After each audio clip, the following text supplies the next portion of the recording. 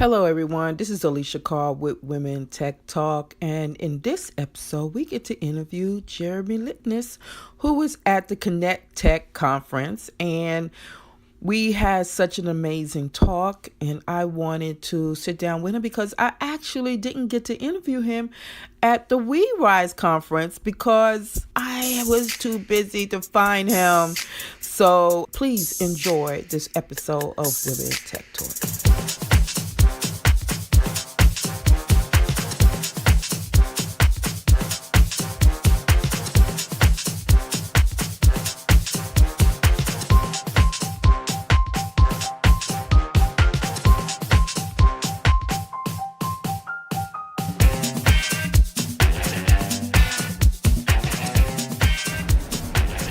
Hello everyone, this is Alicia with Women Tech Talk, and today I'm with Jeremy Likness. I was saying likeness, but it's correct. The correct way is Likness. And Jeremy, can you tell me a little bit more about yourself? Absolutely. So I appreciate you getting my last name wrong. That's the first thing I'll share is that no one gets my name right, and even when they hear it, they can't spell it. But it's Norwegian. So I'm very much a programmer to my bones. I'm one of those developers who started writing code when I was a kid.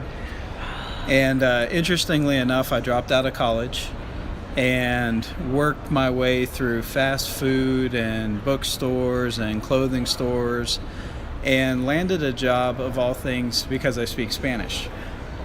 And inside that job, managed to work my way back into computers and have been developing professionally for 20 years after doing that. So what code do you do?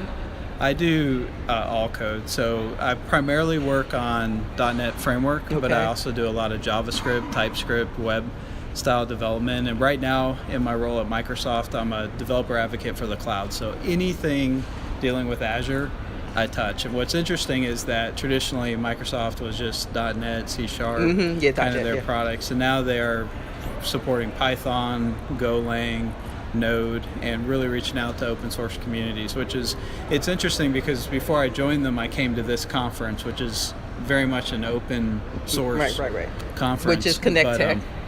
But after joining Microsoft, it was seamless transition to keep coming out here. And it was comfortable.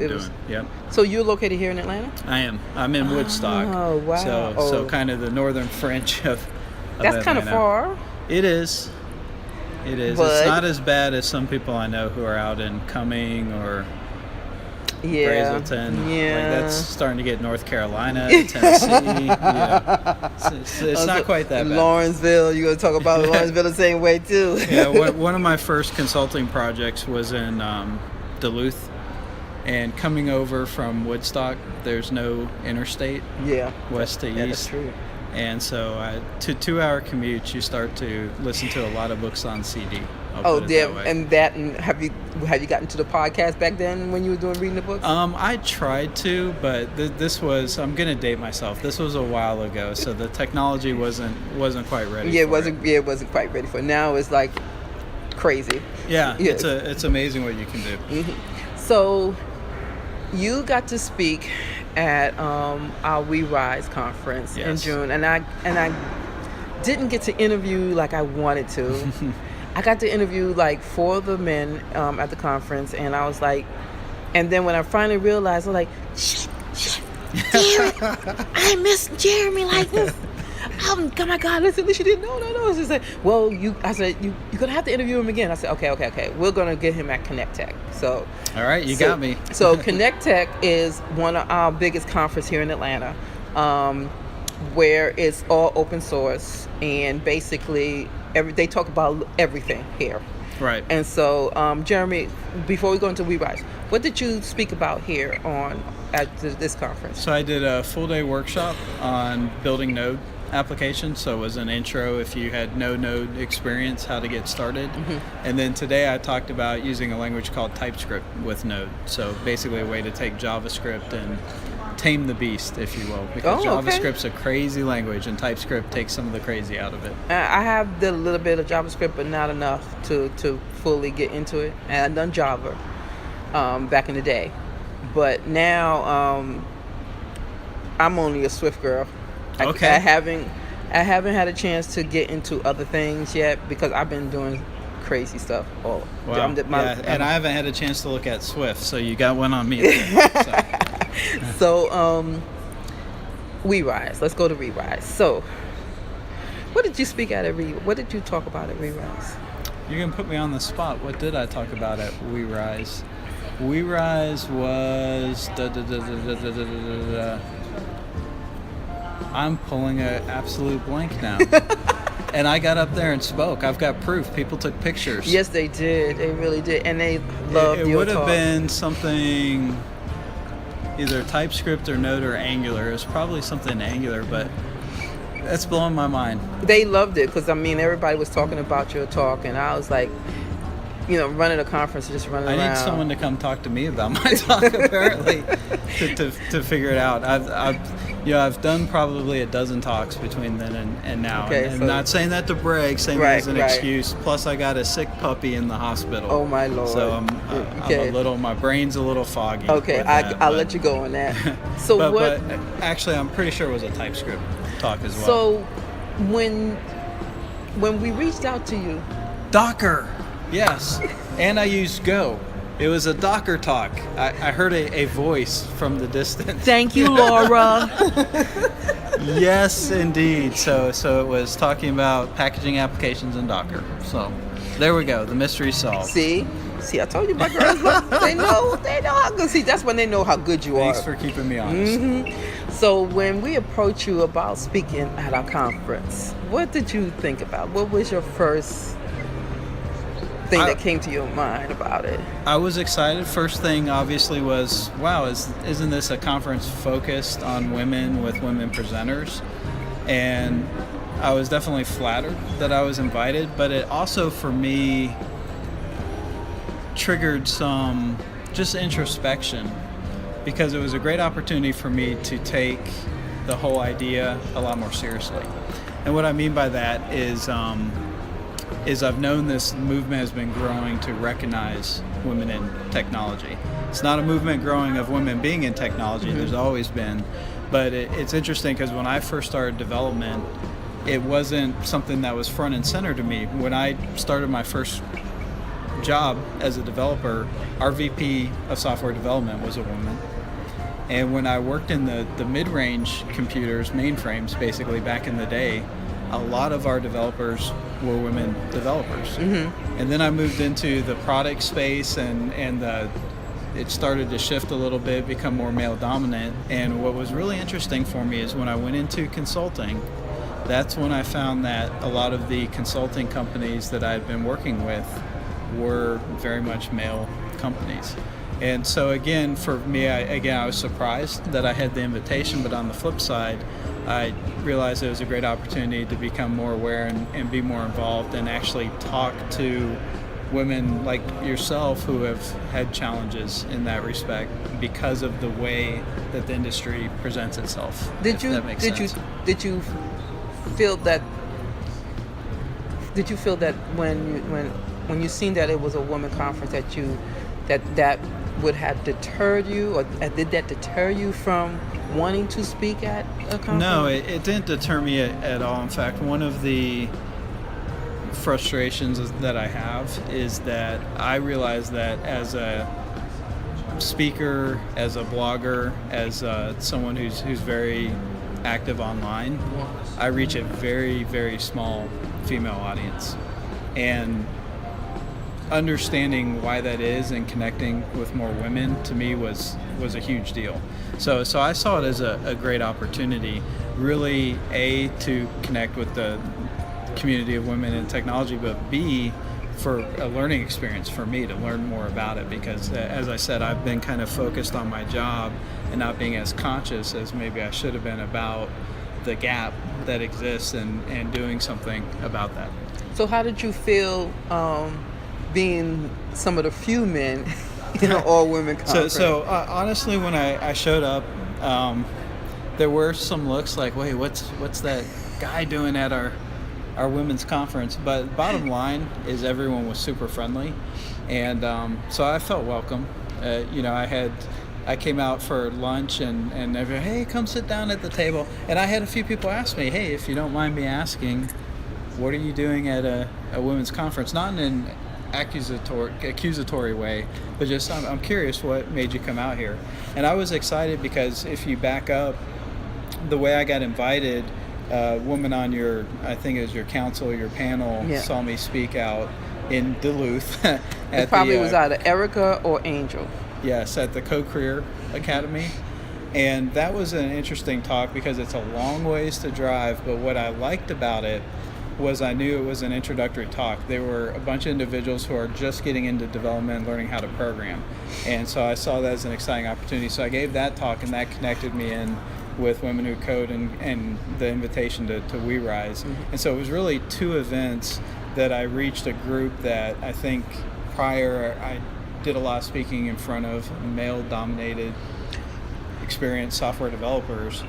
And when I go to these other groups, I find out they're far more diverse, and people not just with male, female, race background, but also with where people are in their level of experience. Career. Right? Yeah. And it's fun to be able to impact junior developers in a positive way. Yeah, because that's what I'm finding out, that when I go to the conference and talk, that I'm that different. I'm that other person, and the ones that want me to talk are the more diverse conferences where they want more women. They want more women of color. They want more community, right. And those are like the more powerful ones. Like I got to speak at PyCon and DjangoCon, and those are like the huge, big communities, right. know, and they are more accepted, to a lot of diversity.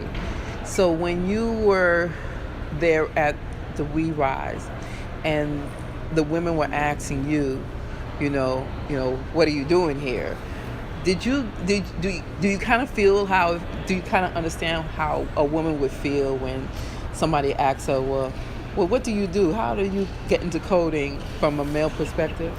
Right. I mean, I think there's a feeling of, okay, I'm a little bit different, a little bit of maybe an outsider, but I don't think it captures what I'm starting to understand people's sense is that there's a more condescending attitude. Like for me, it may be, we're going to acknowledge that you're a developer. What are you doing at the conference? Versus, I know some people have had that sort of question implying, as a woman, how are you writing code? Right? Yeah, It's a lot more condescending. Yeah. So I don't want to say that I can completely understand because I haven't been in that position. Well, you're at a women but I can conference. empathize, Right. and what was really nice for me, especially just sitting over lunch, was hearing 2 sides of the equation. One side is stories about challenges that women have faced, but the other side is there was a lot of focus on just how positive the conference was, the way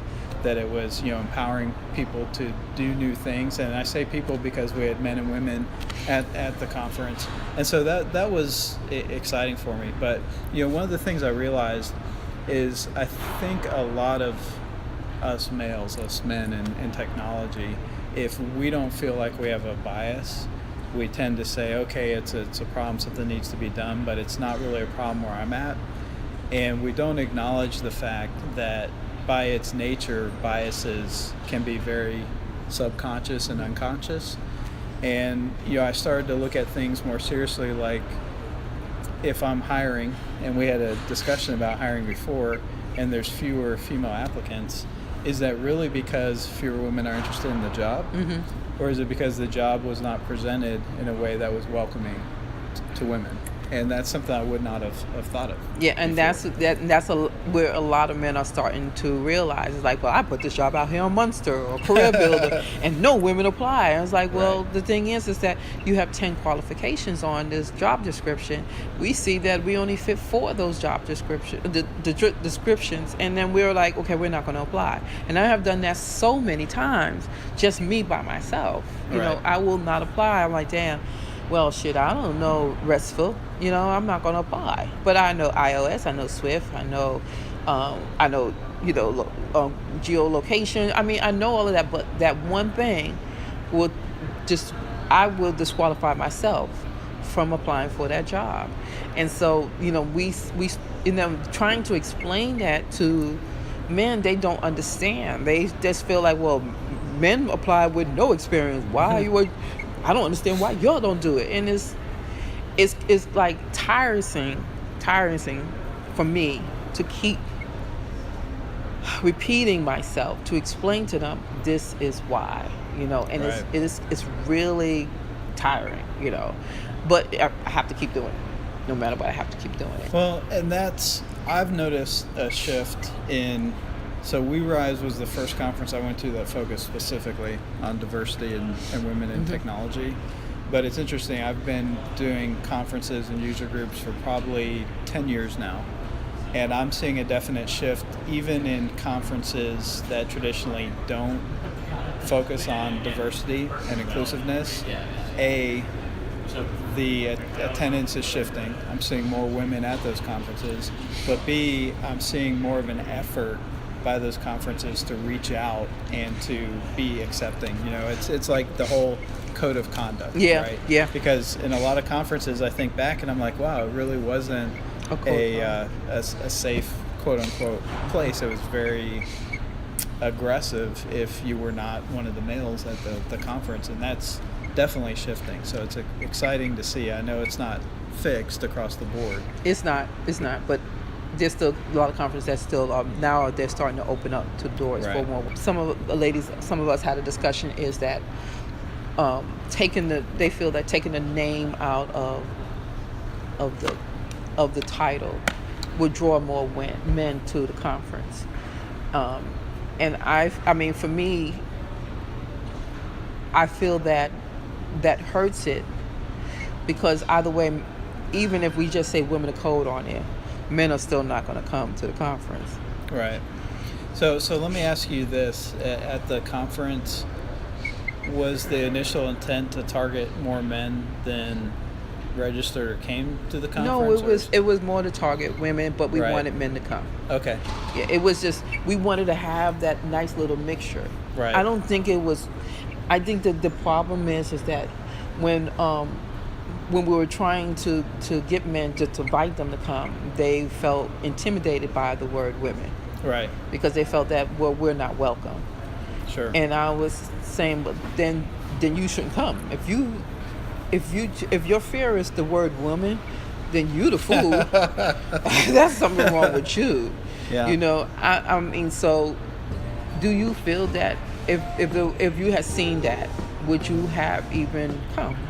If I hadn't been invited, I may have assumed that the focus, not because of intimidation, but that the focus was for women to speak to women. And, as a speaker, providing mentoring and sharing that knowledge is one thing, but as an attendee, it was like, crashing the party, right? So should I sign up and crash the party if this is really targeted to women? I mean, we do it now. Women are like, we come to this conference, like, well, we know it's all men, but we want to learn this shit too. Right, exactly. You know what I'm saying? And that's a great point, and that's where the bias comes in, right? It's just ingrained kind of reaction. Right. So the thing is that how do we market to you? Right. So the thing is, how we market to men to get them to come? I think you find men, I might know one, who have been to the conference and survived. Found out it wasn't that dangerous. And, it's an outreach. It's like anything else, right? You've got to spread the message that even though, inclusivity isn't inclusive except, right? It's inclusive of everyone. Yeah. So just because it's a conference that celebrates women doesn't mean it excludes men in any way. I think that message needs to get out there. And don't get me wrong. I have been to conferences that specifically said we don't want men. Right. But it doesn't have women in the title. Right. It says I don't want men, and I like. I don't want men who code. Yeah, and so I don't want men. They want specifically for women. Right. But then we wanted to, for us, it's like we need men to help us to get to where we are. You know what I'm saying? So to me, I'm trying to say, so how do we market to men for next year to come? Right. You know what I'm saying? And I was like, advertisement of our men who've been there. Right. You know what I'm saying? I think that's a great way. I know. So, you know, putting it on the website, like, you know, Jeremy saying, you know, I've been to this conference, I think you all should come. Or, you know, having the men who've been to the conference tweet more about it, you know, how the experience was more fun and exciting and you know, and acceptable, you know. Sure. And so, you know, it's just, you know, I'm, you know, thinking of ways to say, okay, how can men speak out for us? Right. You know, in that way. So, what do you think? I mean, how do you think, you know? I mean, I think it's very much sharing. I'm a big fan of storytelling. I think that's the way we, you know, connect with people. So I think sharing the story of how impactful it is, of the experience of being there. I mean, something like this podcast, I'd love to share this podcast. I know I have probably a 95% male Twitter audience, right? And so they could, you know, listen and understand that there's this other segment that's growing in. Probably jump from 2% to 5% women after we rise. So, because I mean, I really want men to understand. Yeah, okay, don't get me wrong, men. Don't get me wrong if you're listening. There are women conferences specifically for women. Right. And you're not invited because they see it as, well, you know, you already had these conferences and you're never invited us to these conferences, so we're going to create our own because y'all have your own. But with the way we're doing it was like, it's, for us, it's not fair. Because women are doing things in technology, but women can't help the other women. We can help a little, but we can't help the masses. Men are the ones that really can open up the door for us. Right. And for us, we need to open up the door for them to come to this conference to see the talent. And I honestly think just making sure the message is that the conference isn't about women who code, it's about celebrating women who code. And I can celebrate women who code, a woman can celebrate, but it's not just for women who code. Right? You don't it's know. about women who code. Oh, you don't know how many men say, I got daughters. I'm my wife. You know, and I was like, dude, you know, yeah, I know that, but you could come too. You know, we want you to come too. So, I mean, so one thing is that, did you get to go any of the talks? Oh, yes. So which talk did you felt that, you know, which ones did you like? Just, I'm not going to... So honestly, it's a little bit funny. So my favorite talk was because I had just found out that I was transitioning to Microsoft. And I forgot her name, but she had a great talk on developer relations. Was it Kim Creighton? No, I know who Kim Creighton is. Okay. And she was doing the mentoring program. I know she's phasing on to that. But she was out of, I want to say, San Francisco or San Diego, came out. And was Sandra, yes. Okay. So I thought that was a great talk because it hit on what my new position is, which is developer relations. But from someone who's probably one of the more successful people doing it, dominating it as a woman, not in spite of being a woman, which is how you know people would perceive it. So I enjoyed that, and ironically, one of the other talks, because it was right before mine, was Scott Hanselman's. So I saw another man talk. Yeah, Scott Hanselman is. I mean, he did a talk like on the second day, close to the end, and the room was packed. Right. Well, and I mean, one of the reasons I like him, so first off, we know just following him on Twitter, he's the most inclusive person you can. But the other thing is he's such a good presenter. And I feel like I could be presenting 10 years from now, and there's still always going to be someone I can sit down and watch. So probably, you know, I'm going to back up because this triggered a memory. Probably the best time I had at the conference was in the speaker room when it was a table full of women speakers strategizing about their talks and sharing stories and talking and being very welcoming to me as sort of a fly on the wall, because I haven't been on the other end of a lot of the experiences that they had. So that was actually incredible for me. But yeah, I really enjoyed the developer relations talk. So. Yeah, because we are like right now getting ready for next year, and we like we actually, there's certain men we like, can you come and talk? Because we heard you and we like what you do. And he's like, yeah, hell yeah, come and talk. And so I'm thinking that, maybe they'll be afraid or nothing. It's like, no, the invite is like amazing to come. And I think that speaks volumes. It does. Really speak volumes on them saying, wow, you want me to come to a women's conference? That's really special. Right. It was very special. And so, that to me is like, I know for me it feels wonderful to invite them, but then again, for the men to say, oh, that's definitely, an honor, to come to a conference where there's a bunch of women and the bathroom is not even a long line at the men's bathroom. Yeah, that's right. So overall, what was your overall experience for our conference? Incredibly positive. So the things I captured were, first off, everyone was welcoming. I was definitely one of a few men who were there, and it was not, there was nothing off or odd about it. Everyone was super friendly. How was the food? The food was good. I'm vegan, so I probably didn't sample as much as everyone else, but the bits I got were good. We did have a lot. We did have some vegan, yeah, vegetarian meals, you did. Bev was like, we better have this for. I'm like, Bev, come on, we ain't got nothing to worry about. They got this for us, Right. And I didn't know you was a vegan. So the three things I'll say is there were phenomenal talks. Mm-hmm. Every talk I saw was great. There was great networking. I literally sat at a table full of women who I didn't know. That they just said, hey, come sit down, and that was a great experience. And then just collaborating with other speakers and seeing the variety of topics. I thought it was well done in the sense that it wasn't a technology track focus. There were talks about obscure languages, about web, about developer relations. I think having that spread of topics just makes it a really rounded conference. It makes it really easy to piece together what you're going to watch and learn from. So, Jeremy, thank you for finding time to talk to me. I do enjoy talking to you. I'm glad that I got to talk to you personally. I think this is meant to happen. Yeah, it was, the other ones were too short. I had like 5 minutes talk to everybody else. And oh, really? Okay. Yeah, I had just like, what did you do? How do you like the conference? And what can you do? What do you think you could do, to help women in technology? I didn't ask you that question though. What do you think you can do or what you would do to help women in technology? I think promoting events like this that empower women, give them a comfortable place to be, because I think it can be intimidating going to a conference that doesn't recognize women specifically.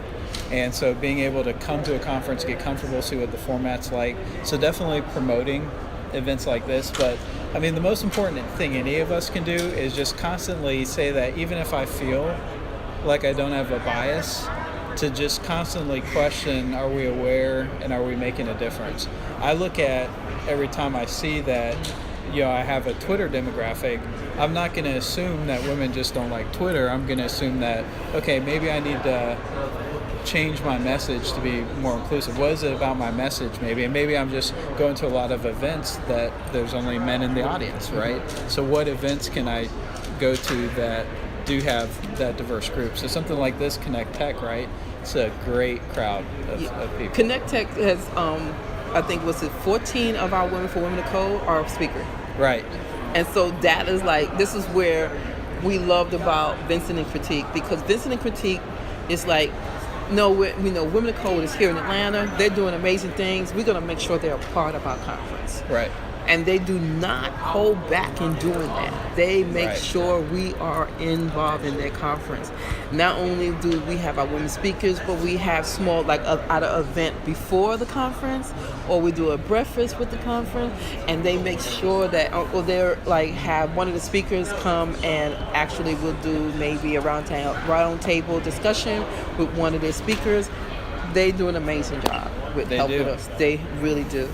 So, Jeremy, thank you so much for finding time talking to me. I so appreciate you finding time to talk to me, even though he's from Atlanta, y'all. He's one of the ladies of Women of Code.